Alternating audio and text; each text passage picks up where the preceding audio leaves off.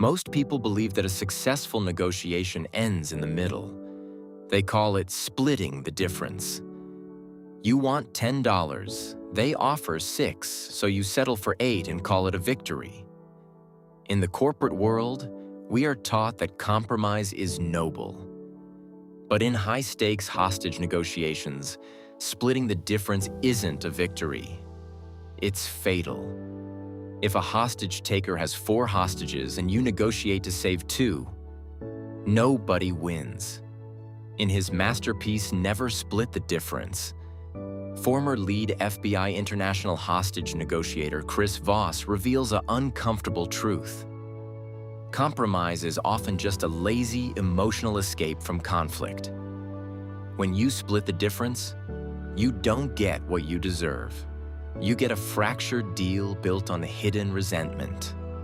If you want to command respect, negotiate higher compensation, or lead high-stakes projects, you must stop compromising and start practicing tactical empathy. Here is the strategic blueprint to controlling any room without ever raising your voice. The average negotiator enters a room ready to wage war with logic. They bring spreadsheets, slides, and bullet points.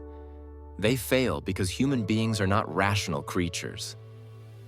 We are emotional beings who use logic after the fact to justify how we feel. When you push someone with cold facts, their ego builds a wall. The master negotiator uses tactical empathy, not to be nice, but to gain intelligence and dismantle their defenses. Your first weapon is simple: the mirror. Mirroring is the art of repeating the last 1 to 3 critical words of what the other person just said. For example, if a client says, "Your timeline is completely unrealistic for our budget," most people get defensive. A master simply responds with a calm tone. "Unrealistic for your budget? Then you shut up." Silence is your force multiplier. By mirroring, you force them to elaborate, reveal their hidden constraints, and explain their position without you ever making an accusation. You aren't arguing. You are gathering the blueprint to their mind. Every negotiation is driven by unspoken fears.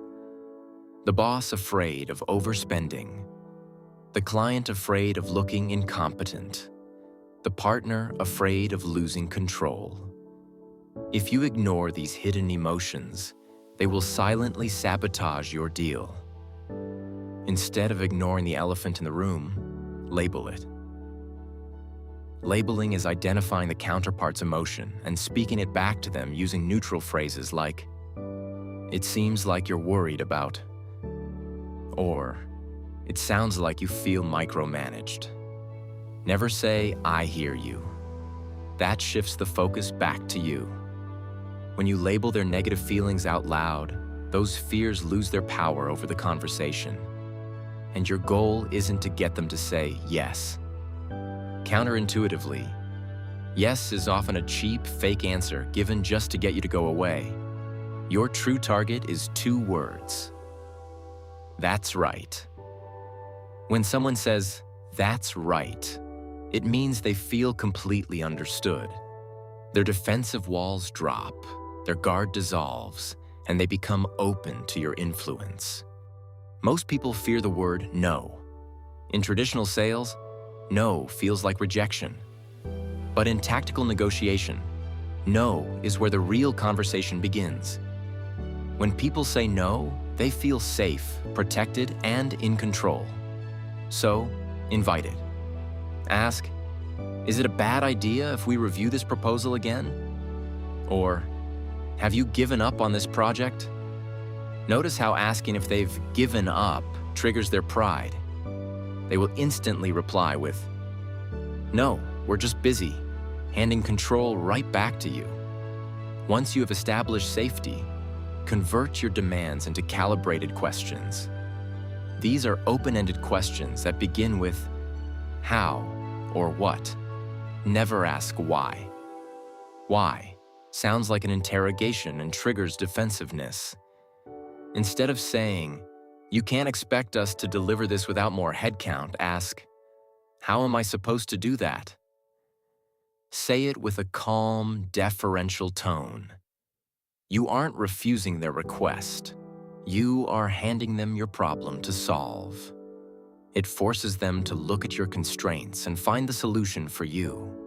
When it comes down to the numbers, whether it's salary, contract pricing, or project scope, never name a random figure. Use the Ackerman system, a strategic offer process designed by negotiators to hit your target while making the other party feel they squeezed every last drop from you. 1. Set your target price in secret. 2. Make your first offer at 65% of your target. 3. Calculate 3 raises of decreasing increments, 85%, 95%, and finally 100%. 4.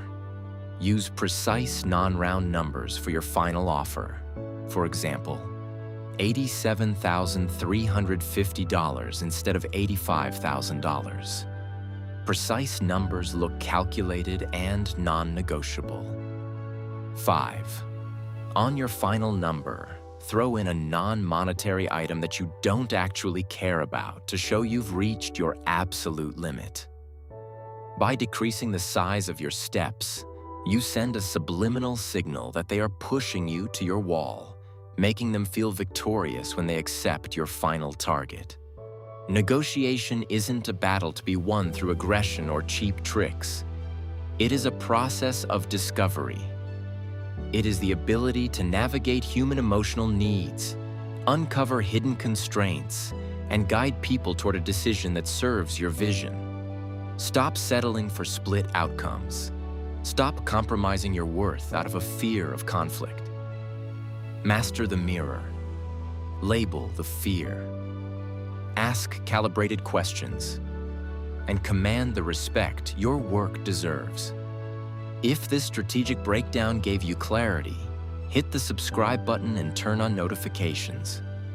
We break down the frameworks of high performance, dark psychology, and strategic leverage every time. Drop a comment below with the biggest negotiation challenge you're facing right now, and let's solve it.